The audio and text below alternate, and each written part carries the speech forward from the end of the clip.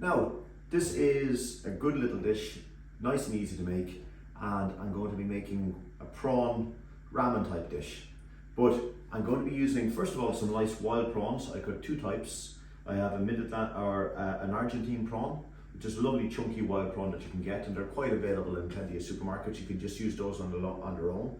But if you can get a hold of them, and also using some langoustine, which are actually a lobster biologically, but they add a lot of flavour. It's kind of class to the dish as well, so they're really very, very nice to use, but certainly not essential. The main thing here is the noodle that I'm using is a soba or a buckwheat noodle. Now, ramen can be a very high sodium dish. It can be the shop bought ones. I would avoid very, very highly, like these pot noodles, things like that. But if you can get a good quality soba noodle, it's a very high fiber noodle, quite high in vitamin B as well.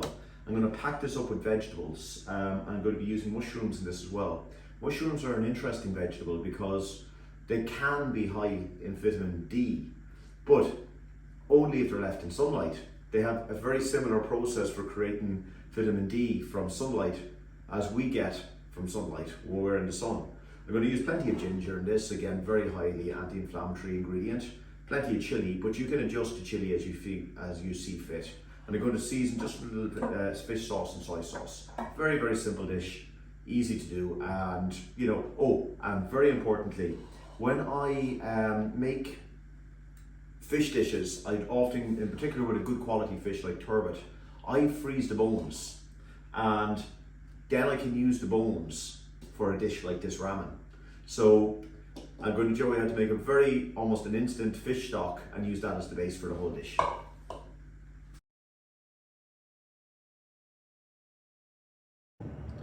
First, add 750 ml of water to a suitable sized pan. Then add your fish bones. These have just been frozen. I'm just cooking from frozen. And we're going to boil those for about 20 minutes until you extract some of the flavour out of them.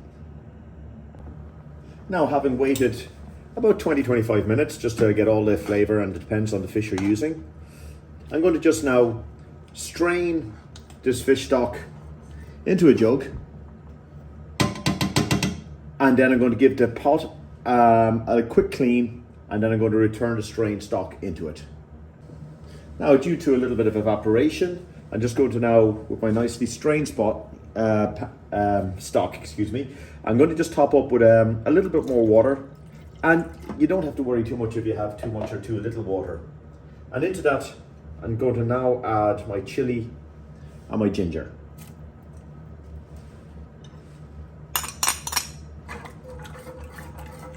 With the ginger, it's well washed. I didn't bother peeling it. I think that can be life is too short, and I don't see any huge difference in the end results anyway. Also into this, I'm going to add just a little dash of my fish sauce, and a drop of soy sauce, about a tablespoon, and that's light soy sauce. Don't use a dark one. It'll make the sauce too brown. You want nice, light, clean flavors in this. And also, it's very important that your fish stock, your fish is very, very fresh as well. Okay, into that now, I'm going to add my mushrooms.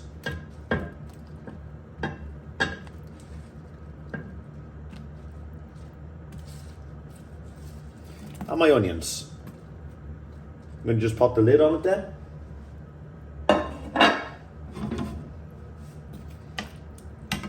Bring them to a simmer and just allow them to get a little bit tender, about 5 minutes.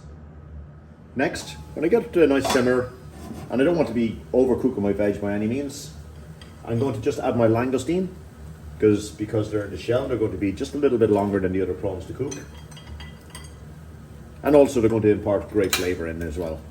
Now, I could cut these in half lengthways as well, but I'm just keeping them whole because I personally like that. It's down to personal preference.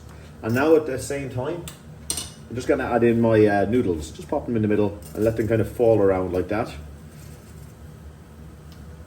So that, now the problem with soba noodles is they do want to stick together.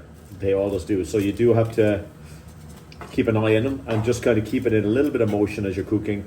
Just making sure that they're, and keeping a good simmer, a good strong simmer on it until they melt down and you're getting them and they kind of soften up a little piece.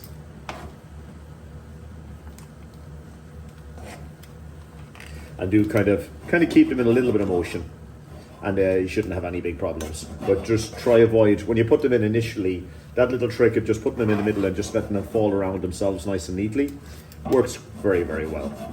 So we're getting a nice kind of a nice langoustine-y mushroom kind of broth here, which is very, very high in flavour.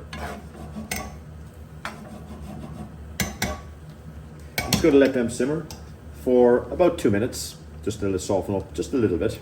The noodles do sometimes take a little while.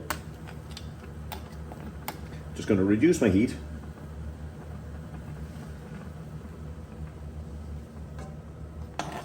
And then I'm going to add, when my noodles are kind of, as you can see, they're just softening up a little bit. At this stage, I'm going to add the rest of my prawns.